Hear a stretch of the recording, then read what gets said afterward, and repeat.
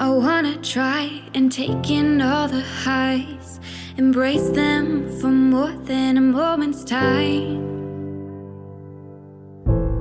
I want you, please don't move when I push you away.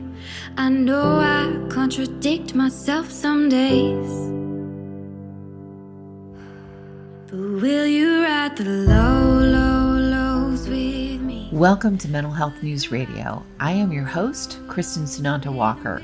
Our goal is to help discussions about mental health be a regular part of your daily life, no different than discussions about physical health. Mental illness can be a topic of discussion under the umbrella of mental health, along with so many other topics. This show is the original program on mentalhealthnewsradionetwork.com. Our network of shows are played in over 180 countries and cover more topics under that umbrella than you can possibly imagine. We were talking about mental health long before it became cool and popular to talk about, and thank goodness it has become so popular. We have incredible guests, advocates, patients, experts, people. Thank you for tuning in and enjoy our intro music, a song named Lows, written by Aubrey Toon. You can find her music at www.aubreytoone.com. That night when I started praying, I cried, will you ride the lows with me? Will you ride the lows with me? When I'm down, my vision gets blurry. Hey everyone, Kristin here, and I have a special guest, Joe Fusaro, which we all call Joda because he is so wise, even if he doesn't always think so. We're going to talk about relationships and relationships. There, that's my cursing for the show. Relationships. That's what I call them. When you're like, it starts out great, and then you're like, yeah. I'll be talking about this one in therapy for a bit. Oh, man. It's the worst. It's the absolute worst. It's when you fool yourself into thinking like everything's going to be grand. And then yeah, exactly. And we wanted to do this show because, I've noticed this, and Joe and I do like a download. We try to do it like once a week. Sometimes we stretch it out to 2 weeks, right? Yeah. I guess it depends on what either one of us is going through. It seems like the last couple of years, sometimes it stretches out longer because I just need to turn my brain off sometimes. But yeah, it's always good to do our check-ins and just get a feel of what's going on. And I feel like sometimes without setting a topic, we have like more productive conversations and come to these like spiritual or life lessons without even trying, which is always nice. Right. And then to try and get them from the phone to a show is kind of difficult sometimes to recreate it, but like we do the best that we can. Exactly. And for those of you who don't know, Joe is the editor for Mental Health News Radio Network. Not every show, because then he would need like 17 people working for him, but he does. Yeah, exactly. He does many shows, and he's been editing my shows for, I don't even know, years at this point. 5 or 6 years now. Yeah. So the fact that he even still wants to hear my voice is kind of a big deal. Well, the one who goes, yeah, she's told that story before. The listeners don't need to hear it, but I get it that maybe the guest did, but we're going to edit it out if it doesn't sound too weird. He's the one that saves you listeners from those things. So thank you, Joe, for doing that. They're probably like, no, we want to hear those awkward, like crazy moments. Of people, I'm sure a lot of people roll their eyes. Yep, heard this one already. My God, she recycles those things. But Joe is also an author, a poet. You play music, you do your own show. Tell everybody what your show is. Good Air with Mental Health News Radio Network. Love it. It's I don't even know if there's a rhyme or a reason for it anymore. It's just kind of like this, like people just coming on and having conversations. It started out like creativity and mental health, and it's turned into a little bit of spirituality, a little bit of creativity, a little bit of just like you and I are going to do today, two people coming on and just Mm-hmm. having a conversation about something that they needed to clear out or air out or try to understand better, because it's, I don't know. I think I don't blame social media, but I think it's the attention span of everybody right now. Like there's not too much conversation happening. It's a lot of like, we're going to have these 140 character wars and nothing's getting figured out and it's just boring. So I just love the whole podcast thing where people are still talking like old fashioned people. I know, it's the one place where you're not focused on what you look like. It's not about that. It's about hearing, really listening. And there's a lot of times I'll do a whole show and my eyes are closed just so I can really focus on what this person is saying and have my thoughts, I'm not thinking 1,100 other things. I'm just thinking about this conversation. So for me, it's a very Zen practice. Doing podcasting and not distracted by other things. Although right now the view, I was telling Joe before the show, my view is incredible. I'm in North Carolina. I'm looking at these gorgeous mountains, Appalachian discovery out here, and I've got like 6 cows and this baby cow that is just literally frolicking through the pasture. It's just gorgeous. I'd rather look at that than Instagram. I can tell you that. Yeah. Yeah. And you inspired me actually to take social media breaks because you were doing it. And now I have not been on since May of last year. And my whole world is different because I am not on social media. It's fantastic. The best thing that I ever had to do throughout my recovery was at one point early on, I had to take 2 years off of all social media because I didn't need any new information at that time. Like I needed to heal. I needed to heal from what had happened and I needed clarity more than anything. And then I'd say when I came back, if that's something you ever end up doing, and if you don't, I think that's fantastic. I've really had to choreograph it or create it in a way where I'm only following and allowing people in that like are healthy for me. And I have no shame or guilt now in like blocking somebody or unfollowing somebody. Whereas before I kind of felt like whether it was for advocacy or for work or like I have to support like these 1,000 people. And it's like, it's just too much. It's just way too much. So I commend you on what you're doing. And if I wasn't trying to sell poetry books, I'd probably delete myself off of every single one. I want to just delete myself. I know. My social media person, Regina, is like, you can't. Do you know how much time you have spent on many followers? And I'm like, oh, fine. You keep doing it. I don't. If I didn't have to have a Facebook account, I wouldn't. But yeah, but I don't go in. If I go in, and this is part of relationships, if I go in, I have a massive anxiety and what it takes for that anxiety to go away, because, I have a big tool chest. I've been going to therapy for a long time. I've done a lot of work. I do know how to get myself out of an anxiety attack. Thankfully, this tool chest is quite large to handle many things. And so I can go in and grab my tools and ratchet myself into a place where I can be on social media. But my thought is, why do I want to expend energy doing that for something that doesn't serve me well at this point in my life? That's the thing. Yeah. I don't want to put that. I don't want to have to reach for those tools. But I do agree with, if you're someone who, as a highly empathic person, you obviously it's very difficult to have boundaries. And if you've had trauma at all, early childhood on up, having boundaries is even more difficult. And so there are things, I believe it's that kind of thing is like a muscle. It has to be worked. So I will do things like, I used to make myself, you have to say no 4 times today. Yeah. Oh yeah. Or you can go on Facebook just to remember how to pull that wrench out that pulls up that anxiety, and makes it go away. But you don't have to stay there, just to make sure that the muscle is working. Does that make sense? Absolutely. And I think it goes both ways. It's not just, you don't want to be there for the people who are like complaining about politics and this and that, or like, getting irate about things that are like really out of our control.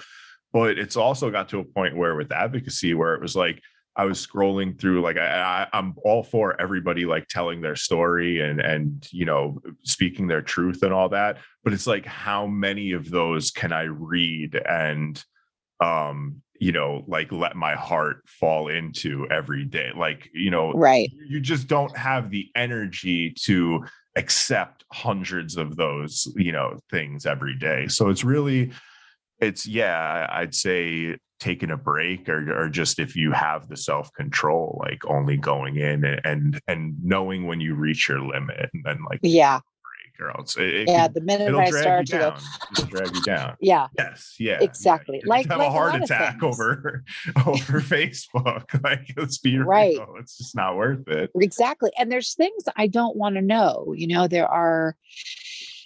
I learned so much through this whole pandemic experience, just talk about being able to handle multiple levels of grief, because I had somebody that I cared about die just about every month or two during the whole experience. So it's that, having to process that much grief and everything else that was going on was a lot.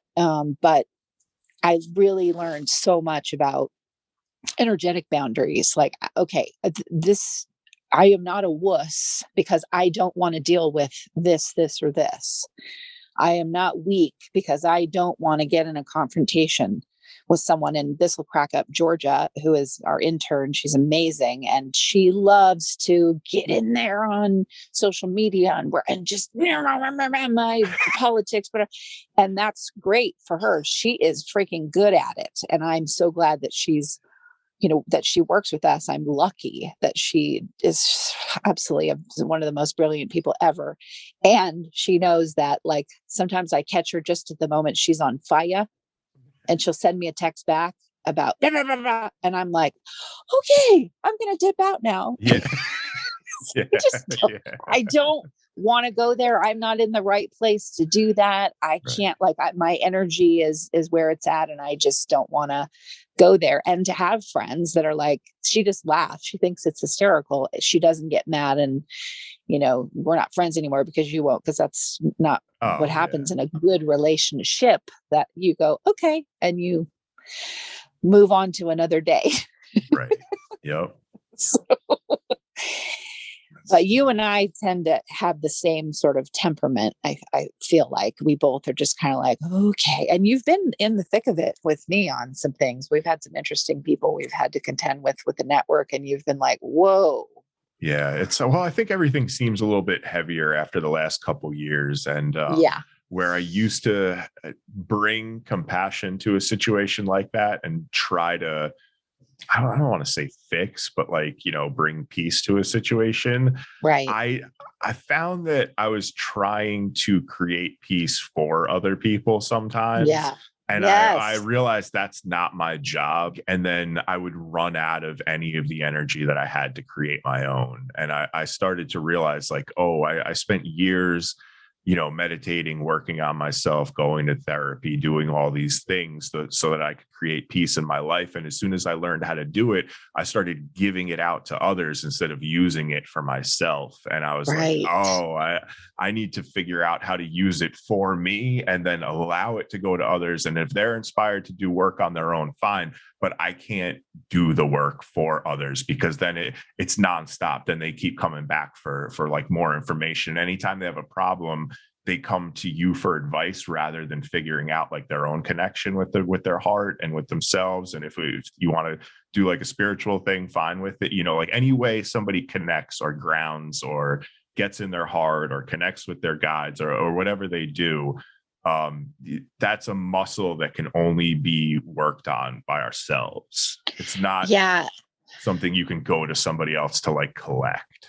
Oh, that's so, see, this is where you and I like the same thing. I think I learned more about being conscious about why I'm connecting. So why am I going on to social media, or why am I wanting to call this person, or I'm just in a mode of I need a drive-by hit from somebody, so I'm looking through my phone to see who I can call, and going, why am I doing that? That's not necessarily fair to that person. um what is it that I could do for myself here, that where I could self-soothe and use these tools that I've learned, instead of just going. And so when I make a choice to go reach out to someone, it's from a much more respectful place, because I treat myself with more respect. Like, no, I really want to speak with Joe. I want to have that connection that we have, or I really want to speak with Georgia, or whoever it is. It's a meaningful connection where I'm not just doing a drive-by dump festival, there's intention behind it, rather than just like, Exactly. let's get a bunch of information and hopefully something helps. And Yeah. then go to the next person, and then turn the TV on, and then turn the news on, and then look up Yeah. something online. And it's like, then you're looking up YouTube videos, and it's just never ending. And I think that everybody who ever starts like a self-care routine goes through that, right? Like the mad chase to find 100 different spiritual practices that I could do to, and then you realize, like, 8-10 years later, like, oh, if I had just stuck with the 2 or 3 that I really liked from the beginning, that probably would have been more than efficient and sufficient. But I think we all do it. I think we all get on like this chase that the more information we have, the better off we'll be. And then I think you get to a point, I'm 8 to 10 years into my practice and health, a healthier place and feeling better. And I'm finding that like less is a lot more these days. Yeah. And quiet for me, someone who talked for a living. And I mean, even outside of podcasting, I was a consultant. I was paid to open my mouth and give information and guide. And so for me to really realize and really sink into, wow, how powerful it is to be quiet. Like, this is even more powerful than some other, than getting up and giving a speech somewhere, and I've done that too, but really learned a lot about being quiet and letting go of what other people might think of me. And, I learned so much. And I believe this, for those of you that listen to the show Empowered Empaths, which we're going to air this on as well. But I work with this woman, Martha, who is amazing. And Martha would say things to me like, why, I'm glad that you had so much therapy as a kid, but boy, did it teach you to self-examine to the point where you're paralyzed. And why all this self-recrimination? You just beat yourself to a pulp over everything. And a lot of my questions were,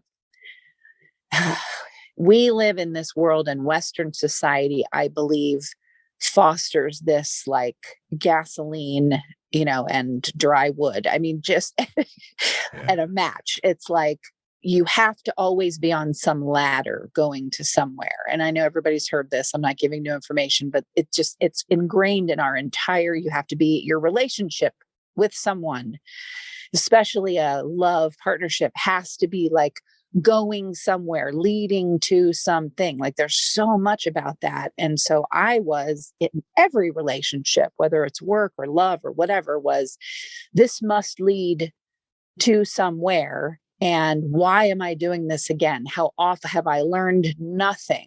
I'm in a similar situation, and that defines me as stupid, that I keep getting into the same situation. And what I learned from working with Martha and other people is, no, it's how are you handling it this time? It's not bad that you're in a relationship with that looks so eerily similar to something else you've been in. It's your opportunity to try something different here. Yeah. What are you going to learn from this now? And so I stopped beating myself up for having these similar things come up. Obviously, they're issues for me to work on. And I started looking at it as opportunities to try other things. And I really did that at a different level through the pandemic to current. Like, okay, yep, there's definitely some relationships that have felt like relationships. What did I do? What have I done differently? How did I tweak this? How was I consciously tweaking my responses, my whatever, to learn new information? And that, I think, is what's helped me. And I had the room to do that, because without social media and all these other things I was distracting myself with, my God, I actually had emotional room to be conscious in my relationships.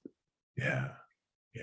It's with the whole relationship thing, what I've realized is over the last couple of years, which is something that I never would have realized when I was a kid or even in my 20s, definitely not when I was really struggling with everything, is that it's not so much about having a ton of things in common with the person. Like before, it was like, I was always looking for, who's interested in the same music? Who likes to go to the same types of places? Who likes to, it's like, no, you're going to face these harsh lessons when you're in a relationship, whether it's a romantic relationship or a friendship with somebody, like things are going to come up. And it's more about like, who do you trust and who do you feel comfortable like going through these things with? Because it's going to happen no matter who you're in the relationship with. Right. You know? Right. Exactly. Isn't that interesting? It's those where we kind of stretch, where we stretch in these relationships out of our comfort zone, out of, and how much do we bend? Are we someone that just bends too much to accommodate other people? Or are we someone that can't bend at all because it's all about us? And where do we sort of sway in between bend or that? Even communicate at all? I think is a big one. Sometimes you're in a relationship or a friendship where somebody, no matter what you say, they're just going to be like, oh no, come on, that's ridiculous. Or like, or you don't want to do that. Like I had some friendships like that. And I was like, I had to like reevaluate some things over the last couple of years. It's like, wait a second, anytime I talk about anything that like brings me joy or like gets me excited, this person's like, come on, that's ridiculous. And I'm like, why do I keep showing up here once a week to be told that everything that I did that week is like ridiculous?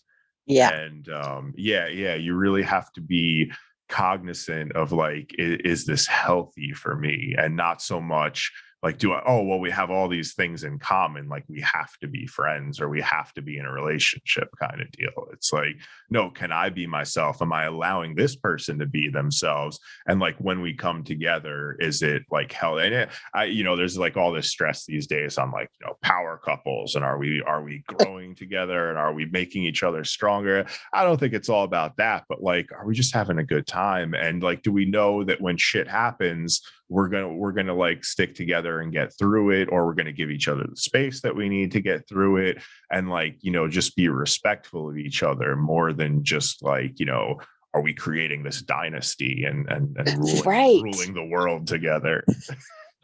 I know. That just seemed to me, when you even say that, I'm like, like, it just feels like, oh God, I would not want to go in and create some dynasty. No. Be the power couple. Oh God, no. And I learned a lot I learn a lot through work, probably because I've always been a workaholic. So that's always where you are. You're going to work out your relationship issues in those arenas. But, the network was going through what it was going through. Every show had a drop in listeners. Well, actually, I won't say which ones had a peak that have leveled off because it's disappointing, but a lot of the shows that I really, really, really love, I love them all, but some of them are not really my cup of tea, and that's fine because everybody deserves to have their own opinion on things. But the ones that I really love all took a bit of a hit. I think people just couldn't. There was just so much freak out with the pandemic that people and politics that people just could not hear. And then we came roaring back starting in January of this year, which is awesome. And during that time, I took a part-time job, helping somebody out that, lost a person, blah, blah, blah. It was very easy to do. And I watched dynamics I've been in before play out And I was conscious enough to go, I'm going to try to do some different things here. And let's see how well my boundaries hold up in a situation where I don't believe I am morally opposed to some of the things that these people did and continue to do. And their interest in mental health was like every stigma that we have tried to bust through with this network was right there in my face. And I just let it play out. I stayed there to learn whatever it was I needed to learn. And when I was done, I was like, I'm out. So that was really interesting to play a conscious role in those things instead of just being slapped around like the wind. And I hope I caught some of it in the hurricane, you know? Well, you probably learned a valuable lesson that as adults, like, by telling another adult, like, you shouldn't think like that, you should think like this, like that's it's really a waste of time, it's a waste of breath, it's a waste of energy. Absolutely. I mean, so like if you go into that and like you can, you know, use your like 10,000 foot view and be like, okay, I'm just working here and this is a fucking disaster. Oh, sorry. No, go ahead. Sometimes I use that to emphasize this is a fucking disaster. Me too. Yeah. This is a disaster. But if I do say something, it's going to be more of a disaster. Yeah. And it's not going to change anything. It's just going to make this person go, you know, headstrong even more into like whatever thing that I don't disagree with or whatever thing they're doing wrong. I think that you really like showed maturity in that, rather than there's really like this push nowadays to go out there and leave these comments and tell people what you really think. And like, is that helping anything, or is that just hurting you in the long run for leaving all this negative shit all over the place? Yes. And then like backing away and being like, well, I did my part by telling all these people that are on the opposite side of the fence of me where they can go with themselves. Well, no, I don't think we're really going to solve anything that way. I think if anything, unfortunately, I hate to tell people this, to think that you could just scream at the other side and win. You're going to have to sit down at a table together eventually if you really want to figure your shit out. So yeah, exactly. And how much not like how much can you withstand, even though I did feel like I was withstanding quite a bit. It really informed more about my own ego, my own, being part of this network. I came in a lot of ways, I built myself into a world of yes. Oh, you do this thing and you're the CEO and blah, blah, blah. And so I had a lot of yes coming my way, a lot of yes, which can be quite heady. And then you start sort of maybe believing a bit of your own hype and all this kind of stuff in my microcosm way. Celebrities and whatever get a lot more of that than I ever will. But I understood that a bit. It was interesting to look at that. And then to go to a world where nobody has a clue what I do and what I also do in the rest of my life, which we don't about anybody, but then not to lead. I didn't lead a room with, I am the such and such, whatever. I just walked into a room as me. Mm-hmm. And there were people there that absolutely did not believe in the things I believe in. And how do I behave? I think that was what was interesting. I did a show with Dr. Paul Meyer, and I chose not to air it on my podcast because Paul and I have very different views on COVID and the pandemic. And I just didn't want that on any more of that on my show, but it was great. On his podcast, it was fabulous. And it was great it's always great to sit in a space of love with someone and respect and have charged conversations, and yet you don't treat each other with disrespect. And one of the things that I really noticed, and I kept trying to get to this point with Paul, I don't know if we ever got there, but what was your go-to behavior during this very stressful time? Was it to lash out at people, or was it to hide in a hole and never come out? Like, what was it? Neither. My opinion on what was good or bad is not important here. I just was interesting to watch what was people's go-to behavior, including my own.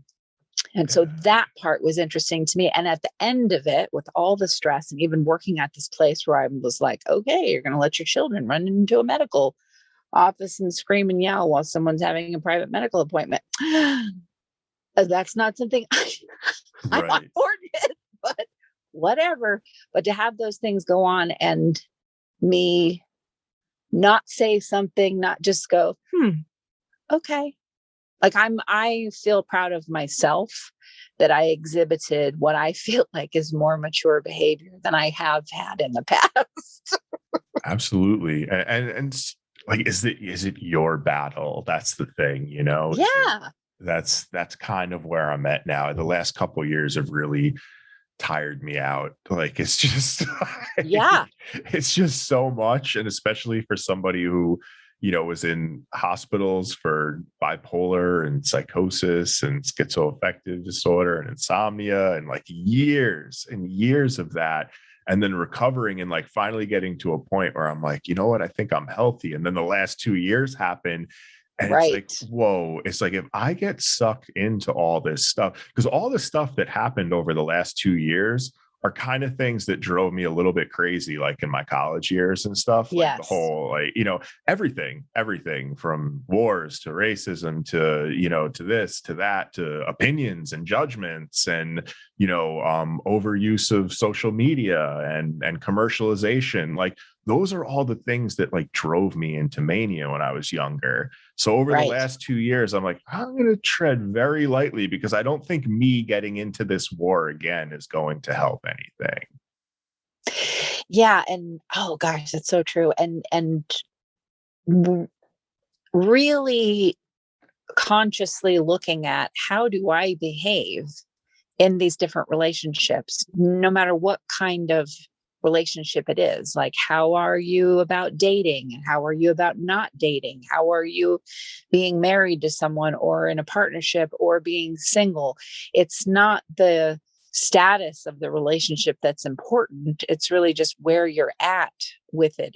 Do you have some measure of peace with whatever it is, that you're doing? Because the ultimate relationship is the one that you have with yourself. So if you have a shitty relationship with yourself, you're not really going to have a great one with other people. At least I'm not built that way. I have a really hard time pretending. If I pretend too long, then I get into ego stuff and then I do really stupid things. So, that's me. Yeah. Yeah. I think that's how we wanted to have this conversation, because you said something about like, well, it's not the relationship that's stupid. It's the situation or good, but it's like the situation and every person's different. Every situation is different. So it's like, we want to label one whole section of things as good or bad, but really it's like you said, it's what we bring into it. And it's what we make of it. It's what intentions we have for it, how we cultivate it, how we nurture it. And then, so we can't say that like relationships themselves are good or bad. It's really what you make of it. Absolutely. And how much we're conditioned. That was a big thing for me. I was talking about with you, because you are dating and you are wanting to be in that kind of a love relationship. And I am not. I have been, I'm at a different stage of life. I've had the kid and been married and, done those things. So I feel like, okay, did it. To go there again. And for me, it was important because I was so conditioned as a kid. I see it much more clearly now. I'm sure I'll see it even more clearly as I get older, but that you're not whole unless you're partnered up with someone. That if you're a woman, then you should be looking for your prince or your princess. If you're gay, whatever it is, like you should always be looking for that other piece. That's so conditioned. I mean, every Disney movie is like, hello, and so that played such a huge role in informing my choices, informing things that I thought I was supposed to do, but they really didn't help me or make me happy or have peace. And now this is what I was telling you the other day, having the absence of that, meeting someone who's my age and single, and since I'm heterosexual male, and not all of a sudden assigning all this stuff to that, just being like, hey, whatever, and not having the absence of all that other story was awesome. Like, oh, wow, God, it's so nice to not have that stuff swarming around in my brain. Yeah. And and for me on the other side of that is, I think I told you like 3 years ago, I got on apps because I basically, the last time I had dated before then was years ago. I mean, we're talking like mid to late 20s. And then I went through all my stuff with my mental health and then just took like a long break, got into a whole meditation, and then got into this like Buddhist, I'm going to take 8 years to like find myself and renew myself kind of deal, which was extreme, which was absolutely extreme.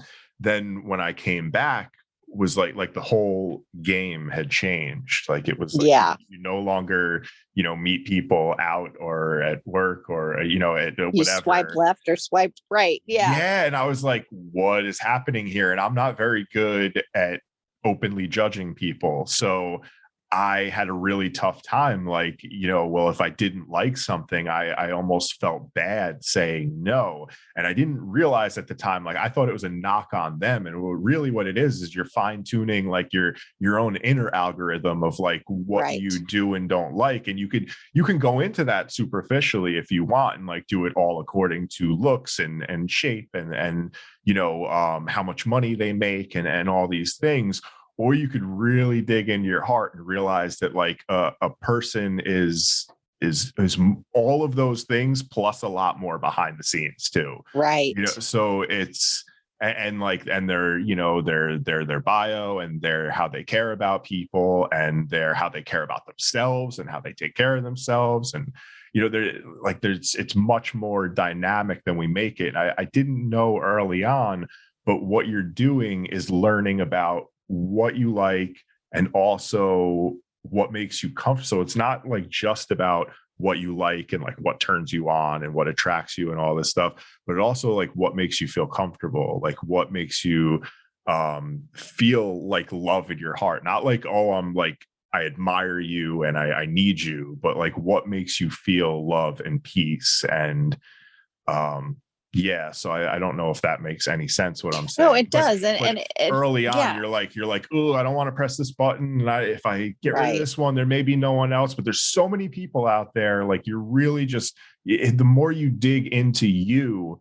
This is what I found. The more I dig into myself and figure out like what makes me happy and what would I do and how would I feel in this situation, the matches are getting better as I go within me, rather than projecting, oh, well, I don't like this one's hair or this one's politics or this one's this or this one's that. It's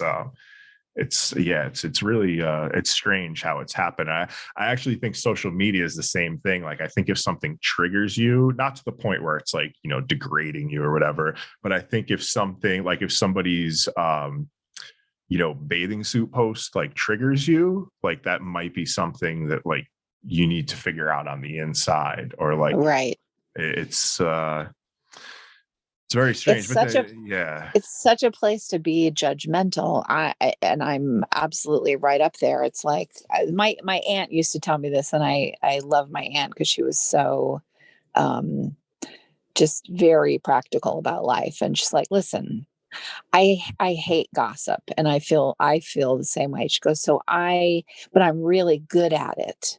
So I just don't put myself in situations where I'm going to be invited to gossip because it'll be really hard for me to not do it. And then I'm going to feel bad about myself. And I thought, that's freaking fantastic. Yeah. I spent, the better part of a year working with someone who absolutely loves to gossip. And it was such a good practice for me to really not go there. Even, the temptation. Whoo! It was tough, but to have those, like an alcoholic not picking up alcohol, or, a food addict, me, not picking up too much of that entire loaf of sourdough bread in one sitting. I mean, those things, it's like, okay, here was this juicy little thing that somebody loves. And I really put up boundaries around, nope, I don't want to hear about your wife. And that too was another thing, was I don't want to hear about your wife. Like, oh my God, I've been in that situation before with men. And I just like, no, I don't, not appropriate in my world. That is not appropriate. It's disrespectful to your partner, and it's disrespectful to me. And you're trying to create a triangle here. And I see how passive aggressive you are. And I don't want to, I'm not going to allow myself, I'm going to be responsible for myself in ways that I was not in the past, but I am going to now. And I'm not going to accept this invitation. And this person is not going to like me because of it. And I have to be okay with that. Yeah. And I was okay with it until I was like, I'm done. Bye. But it's not like you sit up and you say, oh, I'm perfect and I don't do it. No. It's like about, oh, I've made that mistake. I'm going to be conscious about not doing that again. Well, it's also what we talked about is when somebody comes to you, and especially when it's somebody new that you haven't known for a while. I think it's different if you've been friends with somebody, for 10 years, or a relationship for 5 or 10 years, and like you really know each other, and they come to you and they start gossiping or complaining, like something's wrong, and they just need to get that out. That's a friendship. Yeah, but then there's the other side where like you kind of just meet somebody, and at first they're like, they're all love and light and everything's beautiful, and then a couple months down the road, you notice that they're talking about everybody. They're talking about their mother. They're talking about their best friends. They're talking about, the people from work. They're talking about people from their past, from high school. And it's almost, you have to be like, oh my God, like they're talking bad about everybody that they've ever met in their life. And they're making themselves out to be the victim. Like, when am I next? Yeah, there's a lot of that. And I'm sitting here thinking, yeah, I have done that piece too, where I talk about everybody. So no judgment for me on behaving that way, because I have done that too. But yes. No, we've all talked, but I'm saying when you are like, this person is out to get me, this person's out, like, and I'm talking, you go down 100%. Like the person will go down the list. And then I've been in situations, friendships and relationships where I didn't catch that early on. Right. And then like, okay, so that's like the 2 to the 4 month range. And then in month 5 and month 6, I'm like, oh, this is never ending. Like, this isn't just the person had a bad week or a bad month. No, this is how they really are. And you're right. Everyone they've ever met. Yeah. Everyone they've ever met has turned against them and is like, wants them to drown. I'm like, no, like people don't have the capacity to think about others all the time. It's like when I'm walking down the street, I'm not thinking about 100 different people and whether I like them or don't like them. I'm like, I'm on my way to like the post office, So when somebody comes to me and they're like, all these people hate me and they're out to get me and they're doing all these things. Are there instances of that? Yes, but not your best friends, your mother, and everyone that you've ever met and all your past boyfriends or girlfriends, like, are not out to get you. Like that's something like you gotta like it's something with you gotta go in and figure that, but it's hard to break through that. And I surely was there when I was going through my mental health stuff. I had paranoia. I was diagnosed with paranoia. So I did think everybody was out to get me and that I was the victim of everyone that I had ever met. Me too. But now that I see it from the other side, it's almost like, oh, like I wish I had noticed this earlier and not falling into the trap of, oh, you poor baby, like I need to take care of you because let me rescue you because I got to serve my martyr complex. Totally. Yep. Oh, that martyr complex is powerful. It runs deep in my family. It's what better way to start a relationship than thinking like you're saving the other? No, I'm serious. I know. Like what an incredible feeling that is to get into a romantic relationship and be like, I am saving her from all of this terrible stuff that she went through. And then realizing like, oh no, like that's her thing, or that's their thing. And to really to do well, first, before I forget this was what was so funny to me. Have you ever had people, because of the work we do, and we're in mental health? I mean, neither of us are psychologists. We're not counselors. You know, we're advocates. We have businesses in the field of mental health, but we're lots of lived experience. Yeah, and lots of lived experience. Yes, and in our case, because of the interactions that we have, like you and I have been analyzed by a lot of people. So, and who've had that are known experts. I mean, I've been diagnosed in 60, 70,000 different ways.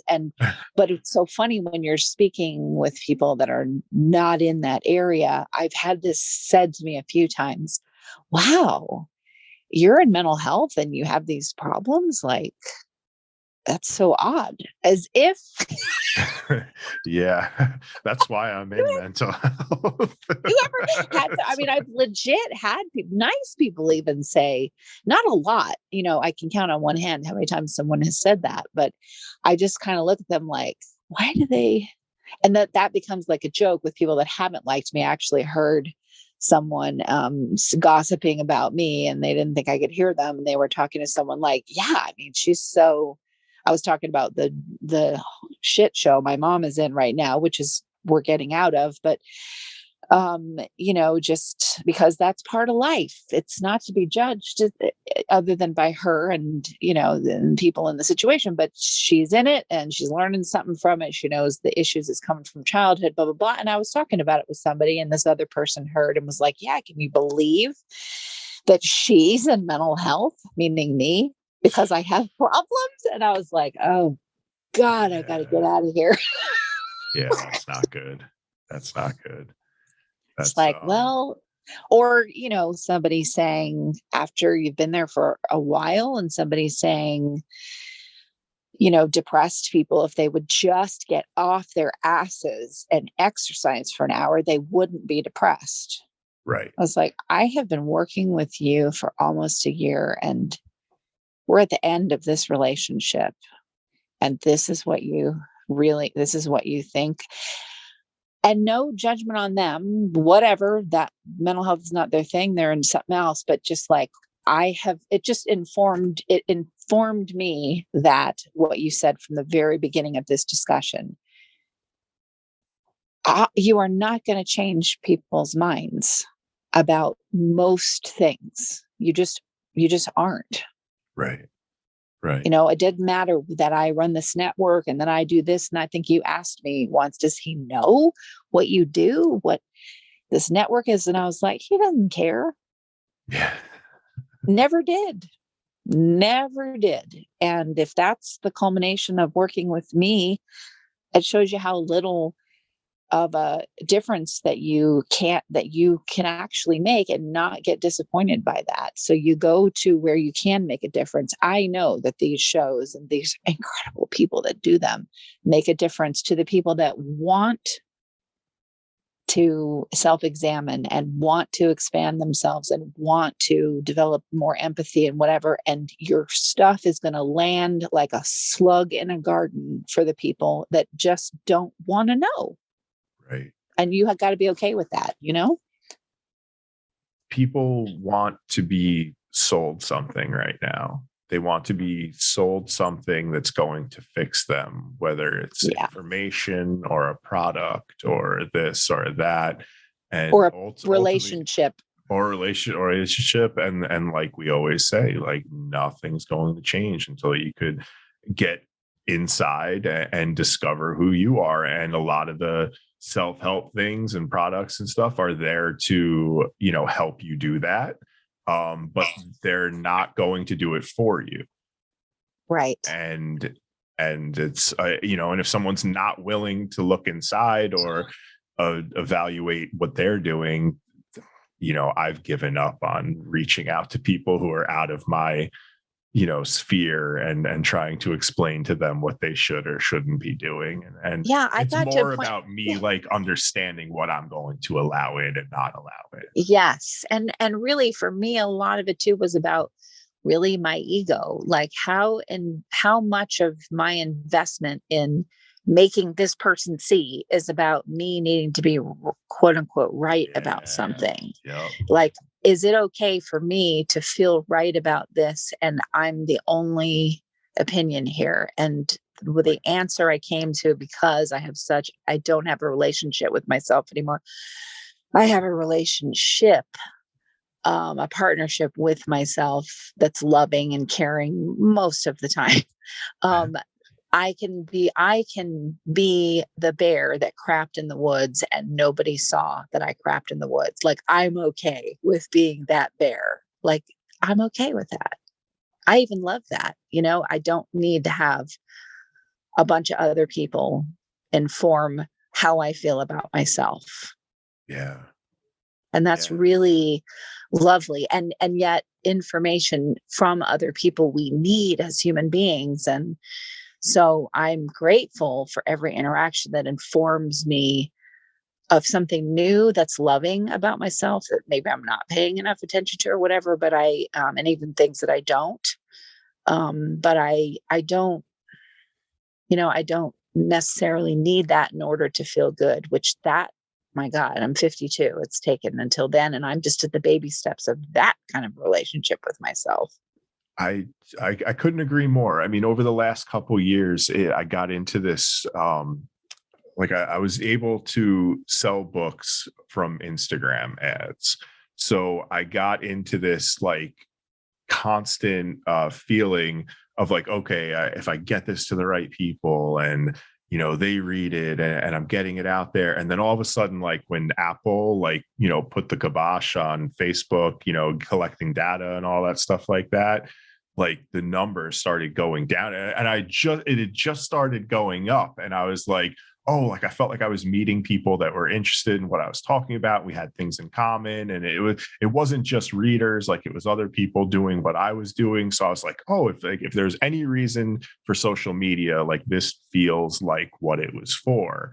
Right. And then Apple kind of cut off the data, I don't know, like maybe like 6 months to a year ago. And you noticed, I just noticed immediately, like books weren't selling, like I wasn't reaching those people anymore. And at first I was like, this sucks. This is bullshit. Like something that I put my heart and soul and some money into that was actually working for a change, like, felt really good.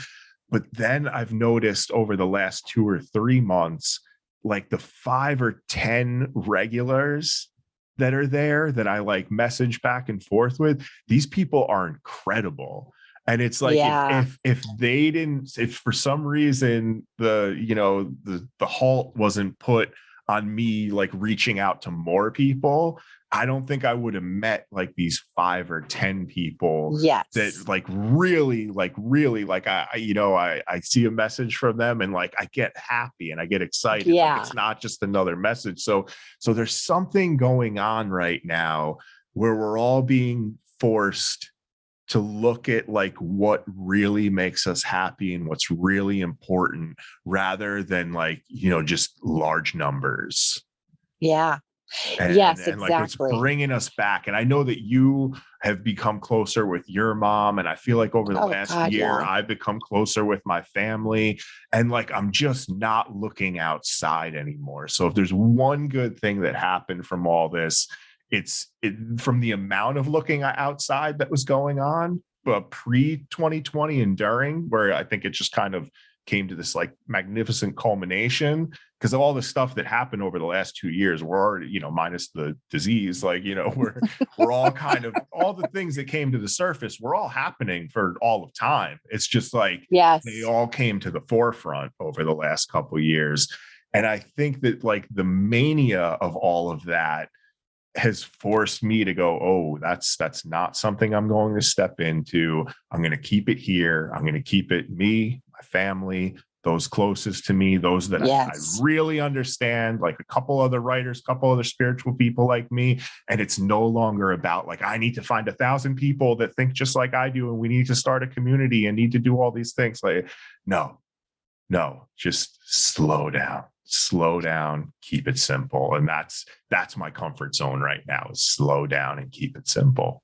Yeah, absolutely. That's why I live in the mountains and deal with what we lovingly refer to as hamster net, because we're on satellite internet and it sucks. I have to drive down a hill for someone. I mean, and listeners, I know some of you don't live that way where you're always connected, blah, blah, but that's been my career. My career has been in and around technology. So that the fact that I live like I do now is amazing. And I love that I made that choice. I wasn't forced to do it. I made that choice. And yes, the thing with my mom, I mean, how many shows have I done where I'm just like eviscerating and angry and all these things that I needed to get out. And I'm not ashamed of that. Someone was really fostering that with my mother and I that has done it with a lot of people. And we had huge wounds to work on. What I'm proud of is that we chose to come back together and really dig deep and work on those issues, because in the history of my family, it's been a whole lot of breakups and then people die and they never really resolve that trauma. And listen, and just about anything can be overcome and forgiven and reach a different place. I mean, Christ, my ex-husband is proof of that. We're friends, and I wanted him to get hit by a bus a couple of times when we were first together. And I'm sorry for saying that if that offends anyone, but that offends anybody, turn off the show. Exactly. Joking. If you can't take a joke, turn off the show and unsubscribe. Away. Yeah, unfollow, unsubscribe, get the hell out of here. We don't care. That you'll dig in. Yeah, exactly. I mean, that you choose to dig in and do that work and have the relationship that we are working on now, and getting rid of someone that was trying to destroy us from the inside out. And to that person that will never listen to this show, which is fantastic, it didn't work. It didn't work. You're going to have to go try and destroy, sadly, other people's relationships because of your pain. And, destroy other people's relationships instead of doing this work that my mom and I are doing. That's incredible. Like, oh my God, so afraid to do that work and working on yourself and all the ugly and the wonderful and the ugh and the, doing that work is so much easier than going out and destroying a bunch of other people to avoid doing that work. Oh, yeah. All that bad energy that people put out comes back to them. And I wish that, and I've been there, I've done that. I put out a lot of bad energy, and especially when I was struggling, if I had known when I was going through like my worst days, like 25 to 30, that the bad energy I was putting out was going to come back to me tenfold, I would have never put it out there. But I think it's also something we need to learn. So it's like those people that are running around putting out bad energy now too. It's like one day they're going to get tired, or they're going to get hurt, or just end up alone. Sick. But it's oh man, to know that the race is over is a relief. Yeah. And that we wanted to do this show really because our relationship with others and ourselves has changed so much over the course of what's gone on since 2020. And that really at the end of all this talking that we've done, the biggest lesson probably for me is that the relationship with yourself is the most important relationship. It is. And it's not selfish to take care of yourself. It's not selfish to take time for yourself. It's not selfish to tell people, no, not right now, or to take a break from certain friendships. I mean, I have a bunch of people that after 2020, 2021, like I'm not ready to allow a bunch of people in right now. And I did feel guilty about that. And now I don't. And I feel like it's got to happen slower and peacefully, or else maybe it's not supposed to happen. Right.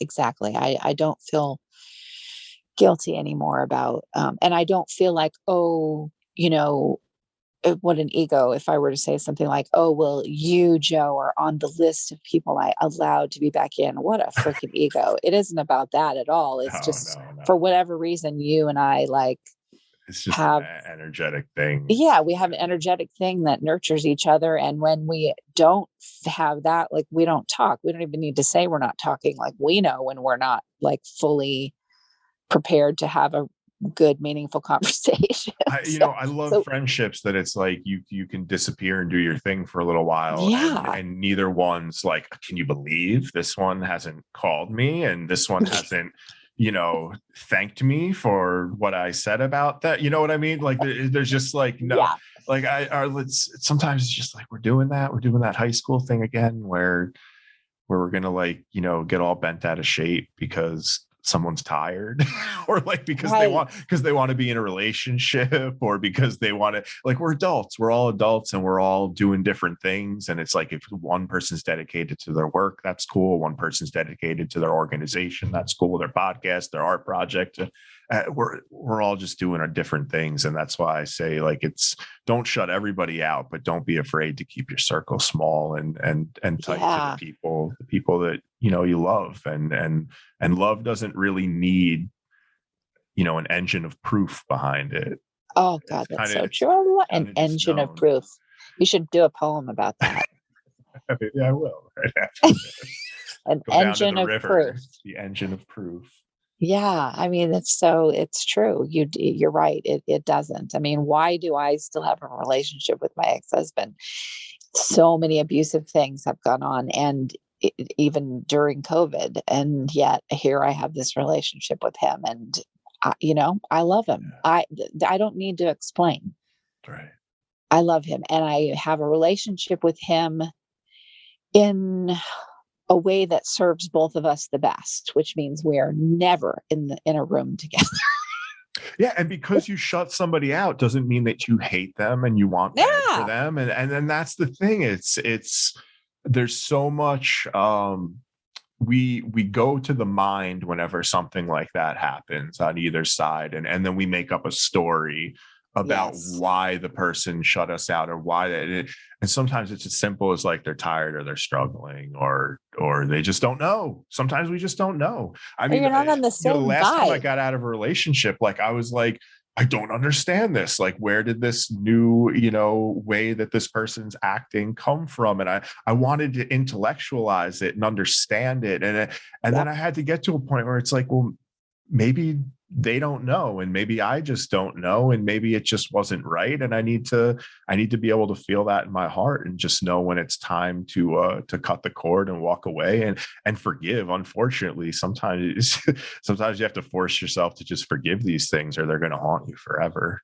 Yeah, and sometimes you don't have a goodbye that's you don't even get it. The goodbye is that it's unwrapped, not with a bow on it, and shitty wrapping paper. And that's, you just have to accept that you're not going to get the closure that you wanted or feel you deserve, or sometimes the lesson is in the messiness of an ending, and that's just the way it landed. And that's sometimes just the way it is. That you might not get a lesson. Exactly.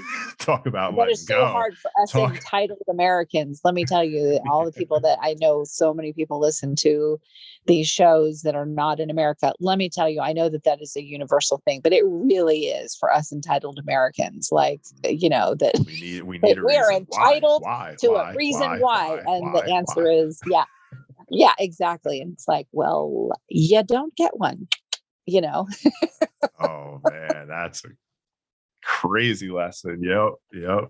Definitely got that one a couple times over the last couple. Well, I think we should do more of these, because I think if everybody else tuned out long ago, that's fine, but they're good for us. So we will continue these discussions as we There will not be any time. Oh, every month we're going to blah, blah, blah.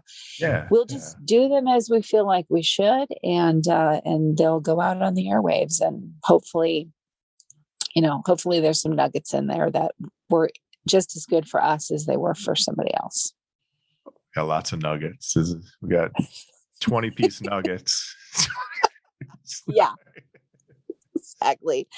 Thank you, Joe, so much. And you get to edit this, so you get to take out whatever you don't like. So there you go. I will leave everything in for everybody. Yeah, we had quite a few faux pas that were like, oh, editing. But listeners, thank you so much for tuning in, and we will catch you next time. But will you ride the low, low, lows with me? Will you ride the low, low, lows with me? One thing you can always count on at Mental Health News Radio Network and my show is that there will always be dogs around. Why? They are natural healers, excellent for your mental health. The original therapy dog Miles has something to say in just a moment. For now, please check out all of our amazing shows at mentalhealthnewsradionetwork.com and all your favorite podcast apps. Until next time, I'm Kristin Sananta Walker, and thank you for listening. And I can ride the low, low, lows with me. I can ride the low, low, lows with me. Till my vision clears up perfectly. I can ride the low, low, lows with me. Good boy. Okay, that was awesome. Awesome. Nice. Yeah. Yeah, there were definitely some good nuggets. I like that. Yeah, I just have to take out where I forgot everything for that one part. Yeah, I don't even know what happened there. Save some stuff for the outtakes after the music. I will put that like where you cut out. I'll put it. Yeah, we'll have a good one. We'll have a couple minutes of outtakes with this one.